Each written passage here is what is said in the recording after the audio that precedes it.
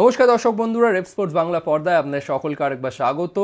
আসন্ন Indian super league শুরু হওয়ার আগে আরও একবার আমরা মুখোমুখি হতে দেখতে পারি ইস্ট বেঙ্গল এবং মোহনবাগানকে। সদ্য ডুরান্ড কাপে আমরা দুটি কলকাতা ডার্বি দেখে নিয়েছি, যেখানে ডুরান্ড কাপের ফাইনালে ঐতিহাসিক জয় ছিল ইস্ট বেঙ্গলের। কিন্তু আসন্ন আইএসএল শুরু হওয়ার আগে আরও একবার মুখোমুখি হতে পারে ইস্ট বেঙ্গল এবং মোহনবাগান। ঠিকই শুনছেন, কারণ গত বছরের মতন এবছরও হতে চলেছে আইএফএ শিল্ড। মোহনবাগান, ইস্টবেঙ্গল এবং মোহামেডান, কলকাতার এই তিন প্রধানকে নিয়েই আসন্ন আইএফএ শিল্ড করবার পরিকল্পনা করছে আইএফএ।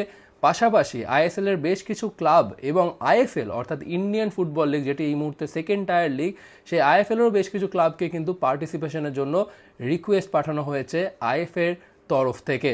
ভেন্যু হিসেবে আপাতত ঠিক করা হয়েছে কিশোর ভারতী ক্রীড়াঙ্গন এবং যুব ভারতী ক্রীড়াঙ্গন। যদিও এখনও ক্লাবরা তাদের পার্টিসিপেশন কনফার্ম করেনি, যেই মুহূর্তে তারা কনফার্ম করবে সেই মুহূর্তে টুর্নামেন্টের কিন্তু প্ল্যানিং শুরু করে দেবে আইএফএ।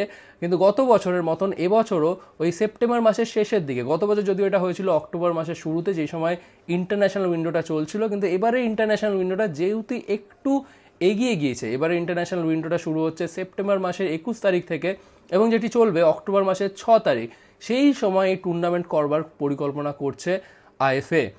কিন্তু এইখানে একটা সমস্যাও রয়েছে, যেহেতু ফিফা ইন্টারন্যাশনাল উইন্ডো চলবে, সেই কারণে সেই সময় ইস্ট বেঙ্গল এবং মোহনবাগান টিম থেকে যে সমস্ত প্লেয়াররা ন্যাশনাল টিমে কল আপ পাবে, তারা কিন্তু এই আইএফএ শিল্ডের জন্য অ্যাভেলেবল থাকতে পারবে না। আপনি যদি মনে করে দেখেন, গত বছরও এই সমস্যাটাই পড়েছিল দুই প্রধান। ইস্ট বেঙ্গল এবং মোহনবাগানের প্লেয়াররা গ্রুপ স্টেজের ম্যাচগুলি কিন্তু খেলতে পারেনি, কিন্তু কারণ সেই সময় ন্যাশনাল টিমের কিন্তু দুটি ম্যাচ ছিল এএফসি এশিয়ান কাপ কোয়ালিফায়ার্সে, সিঙ্গাপুরের বিরুদ্ধে অ্যাওয়ে এবং হোম ম্যাচ ছিল।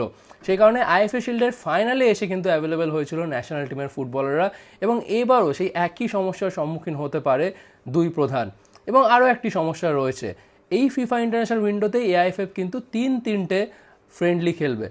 অলরেডি ব্রাজিল এবং পানামার সাথে কিন্তু ফ্রেন্ডলি কনফার্ম হয়ে গেছে, এবং সেই কারণে আমি বললাম যে ন্যাশনাল টিমের যে প্লেয়াররা মোহনবাগান এবং ইস্টবেঙ্গল থেকে ডাক পাবে, তাদেরকে কিন্তু চলে যেতে হবে ভারতীয় শিবিরে, তারা কিন্তু অ্যাভেলেবেল থাকতে পারবে না। এবং যে আরেকটা সমস্যার কথা বলছি সেটি হলো, যেহেতু ব্রাজিল বনাম ইন্ডিয়া ম্যাচটি হবে কলকাতা যুব ভারতী স্টেডিয়ামে, সেই কারণে আইএফএ প্ল্যান করেছে যদি ফাইনালটা করা হয় আইএফএ শিল্ড এবং ফাইনালে যদি ইস্ট বেঙ্গল এবং মোহনবাগান মুখোমুখি হয়, তাহলে সেই ফাইনালটা হবে এই ব্রাজিল ফ্রেন্ডলি ম্যাচের পরেই। কারণ তার আগে যুব ভারতী স্টেডিয়ামে কোনো ম্যাচ হয়তো করা পসিবল হবে না, কারণ সেই মাঠটাকে কিন্তু ইনট্যাক্ট রাখতে হবে ফর দ্য ব্রাজিল ফ্রেন্ডলি। কারণ ইতিমধ্যে ব্রাজিলের ডেলিগেশন এখন কলকাতায় এসেছিল মাঠ চেক করতে, তারা কিন্তু বেশ কয়েকটা কমপ্লেন জানিয়ে গেছে এবং মাঠের কন্ডিশন ইমপ্রুভ করতে বলে দিয়ে গেছে, এবং সেই কারণে সেই ব্রাজিল ফ্রেন্ডলির আগে হয়তো আর কোনো ম্যাচ অ্যালাউ করা হবে না সেই যুব ভারতী স্টেডিয়ামে। সুতরাং ব্রাজিল ফ্রেন্ডলির পরেই কিন্তু সেই আইএফএ শিল্ডের ফাইনাল যদি হয়, ইস্ট বেঙ্গল এবং মোহনবাগান যদি মুখোমুখি হয়, তাহলে সেই ফাইনাল হবে ব্রাজিল ম্যাচের পরে গিয়ে। এবং আইএসএল শুরু হওয়ার আগে কিন্তু আইএফএ শিল্ডটা শেষ হয়ে যাবে, এবং মোহনবাগান ইস্টবেঙ্গল তারা যদি এই টুর্নামেন্টে অংশগ্রহণ করে, তাহলে আমার মনে হয় তাদের জন্য এটা বেশ অ্যাডভান্টেজ, মানে বলা যেতে পারে বেশ কাজে লাগবে তাদের জন্য। কারণ আইএসএল শুরু হওয়ার আগে যে কোনো ক্লাবই চাইবে তাদের দলকে একবার পরীক্ষা করে নিতে যে আইএসএল একটা লম্বা লিগের জন্য কতটা প্রস্তুত তারা। সুতরাং এই আইএফএ শিল্ডের ম্যাচগুলো আমার মনে হয় যথেষ্ট ভ্যালুয়েবল হবে ইস্টবেঙ্গল এবং মোহনবাগানের জন্য।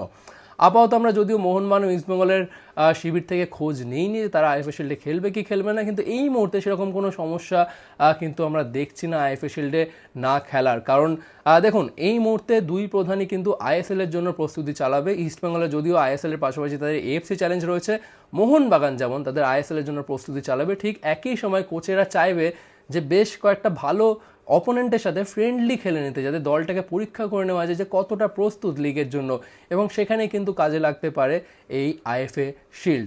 সুতরাং সব কিছু ঠিকঠাক থাকলে সেপ্টেম্বর মাসের শেষ সপ্তাহে শুরু হতে চলেছে আইএফএ শিল্ড, এবং যেটি শেষ হয়ে যাবে আসন্ন আইএসএল শুরু হওয়ার আগে।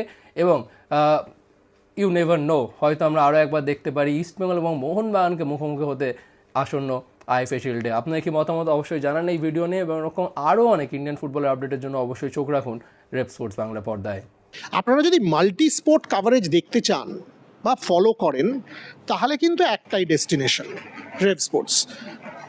আমার বলতে দ্বিধা নেই যে বোধহয় আপনারা জেনে গেছেন, সেটা প্যারিস হোক, গ্লাসগো হোক, ইংল্যান্ড হোক, অস্ট্রেলিয়া হোক, ক্রিকেট হোক, উইমেন্স ক্রিকেট হোক, কমনওয়েলথ গেমস হোক, এশিয়ান গেমস হোক, অলিম্পিক্স হোক, আমরা কিন্তু সব জায়গায় থাকবো এবং আপনাদের জন্য অন গ্রাউন্ড কাভারেজ নিয়ে পৌঁছে যাব। তাই একটাই কাজ করুন, লাইক, শেয়ার আর সাবস্ক্রাইব করে দিন, আর নোটিফিকেশন বেলটা বাজিয়ে দিন। তাহলেই আপনাদের একদম ঘরে পৌঁছে যাবে বেস্ট অলিম্পিক এবং ক্রিকেটের coverage. Like, share and subscribe red sports Bangla.